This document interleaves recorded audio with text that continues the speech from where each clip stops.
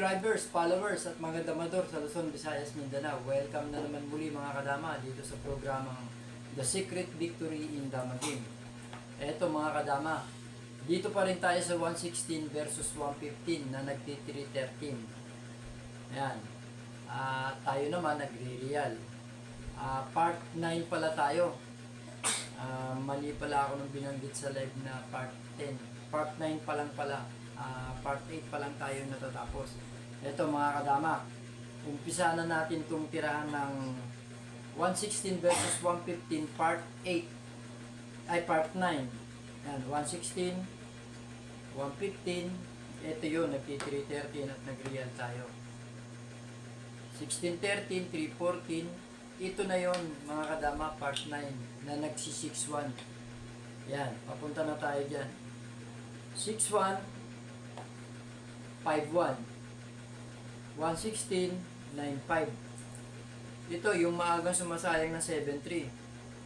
Pag gumanong tayo, talo agad tayo. Kaya pag sayang ng 7-3, 215 lang tayo. Kain siya ng 16-2.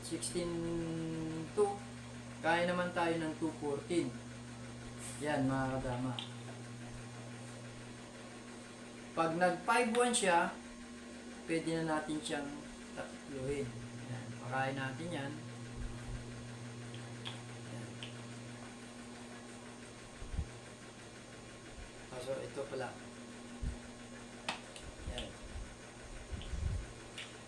Ngayon, kakain siya ng 9-5 ay 9-1. Tayo naman, tatiming lang tayo ng 8-3. Dito mga kadama, sa live, nakita natin to panalo talaga. Talagang lamang tayo sa posisyon na to. Mga 10-6 o 11-6, tatiming lang tayo eh. Ayan. Ito, pag tinira niya to, talo eh. Pag 10-6 niya, nag-3-14 tayo. Ayan. Pag 12-7, nag-10-6 tayo.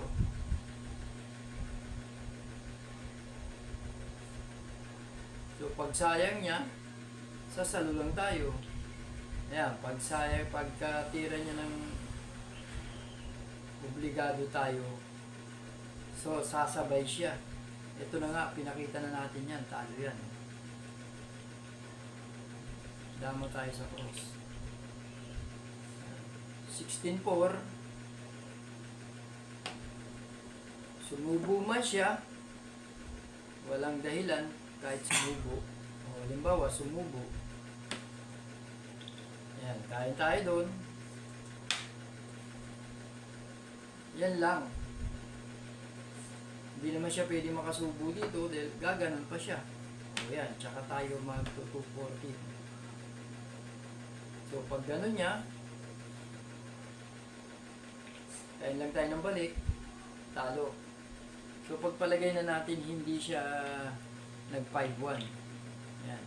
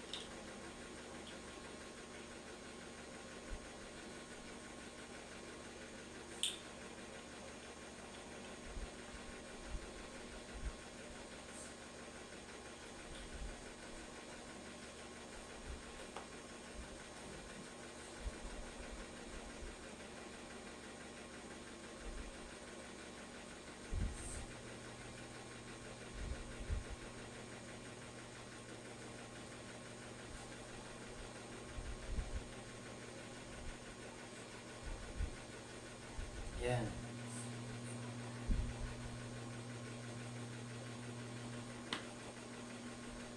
Ito ang tinira niya, 5-1.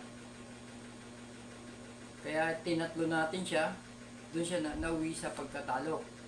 Ngayon, halimbawa, 11-6. Yan. Diyan, pagka tumira siya ng 11-6, best move natin dito, 14-15. So, mauobliga na naman siyang sumubo. Ito at ito. Yan.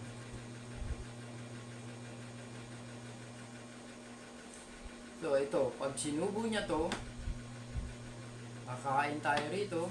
Kakain siya ng dalawa. Diyan, sa part na yan, hindi muna natin siya dadalawain dito. Maaga pa masyado.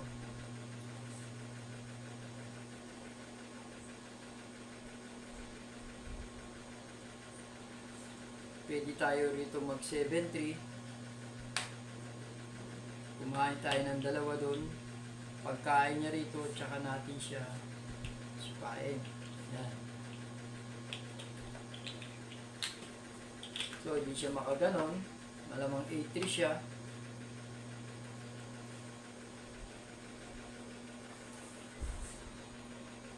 Tayo naman, 3-14.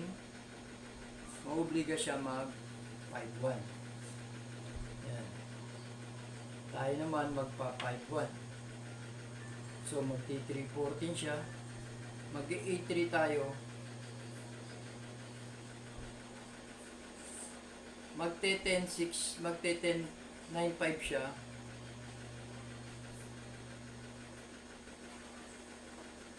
Yan. Magti-3-13 tayo. Kapag sumubo siya dito, pabayaan lang natin, pwede na tayo dun dumiretso. So, ahead na tayo dun. So, hindi siya susubo, maaaring mag 5-4. Yan.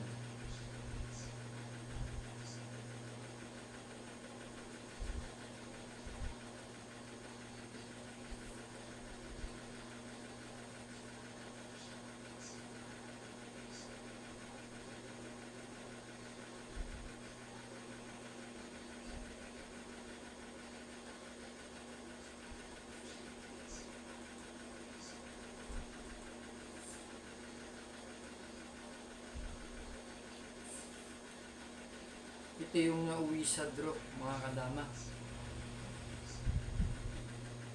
Talagang draw ang ano nito, kalalabasan. Yan, 11-6, 12-7,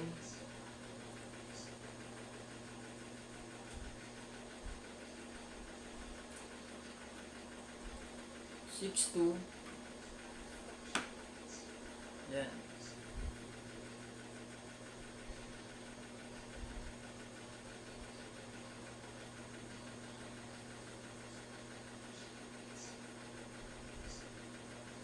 $115,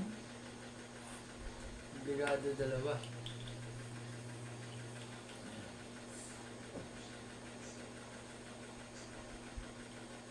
So 10-6 or 16, 6-1. So tabla. Yan. Yun yung part na tabla. Pero dumating doon sa ibang part, mga kadama, talagang may talo na siyang dinaanan. Yung una. Balik uli natin.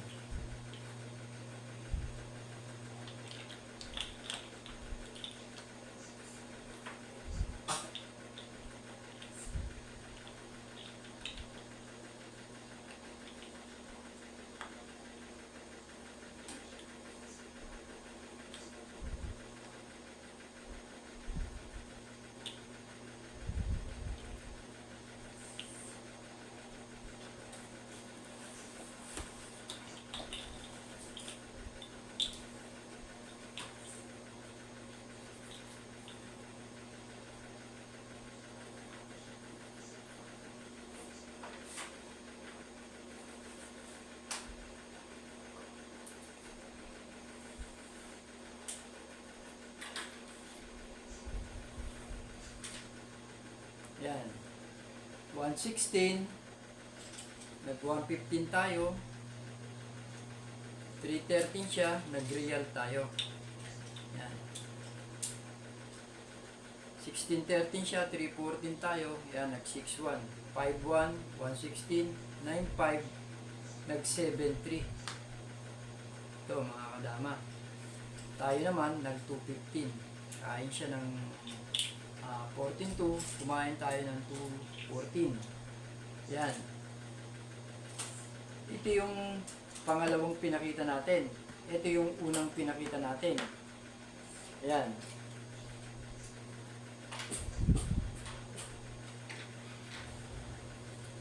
Ngayon,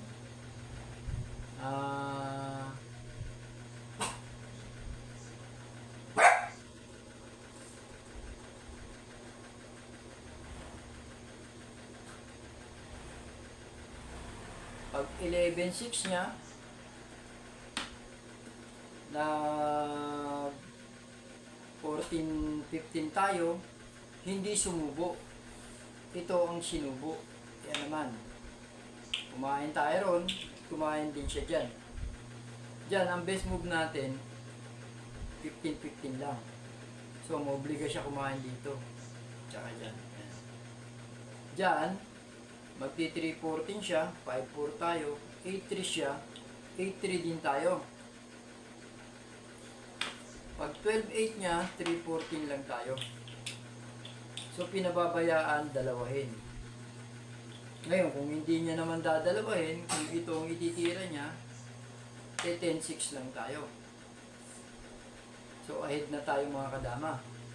Pagpunta niya rito, talo na. Punta niya rito, bibigay lang natin yan, lamang na tayo. So, talagang dito sa part na to, susubuan niya na talaga na ang 14-16. Yan, kumain tayo ng 4-14, kumain siya dyan, kumain tayo rito. Ito, 8-3 to 15. Ayan. 6-2, papakain na lang natin to. Obligado dito kumain, at saka susubuan natin ng 7-3, tatatluin natin. Ayan. Pagkatapos niyang kumain ng tatlo, dito lang tayo. So, hindi niya naman pwede ipadibal dito. Natatalo siya. So, dito lang siya. Kaya gaganon tayo. Ibibigay. Tsaka dito. Dito naman tayo po, 16. Ibibigay. At tsaka gaganon. Pwede na tayo dito. Gumanon siya. Pwede tayo dun. Pagdama niya rito, dito tayo. Punta sa cross, takbo din sa cross. So, talo, mga kadama. Yan. Ito na yung part 10, mga kadama. Pero, hindi pa dyan natatapos yung tirahan na yan. Kasi may mga variation pa na marami pa tayong hindi napupuntahan. Pinakita lang natin dun sa sumasayang ng 7-3, lahat ng umikot na variation dun na posibleng itira niya. Kaya natapos na tayo dito sa sumasayang ng 7-3 pagkatapos natin mag-real. Kaya mga kadama, ito na yung part 9 ng 116 versus 115 na nagti-3-13 at nagre-real naman tayo. Kaya mga kadama, kita-kita tayo uli. Sana nakapagambag na naman ako sa inyo ng maikling kaalaman tungkol sa larong dama. Kaya mabuhay kayo at maraming salamat. See you soon!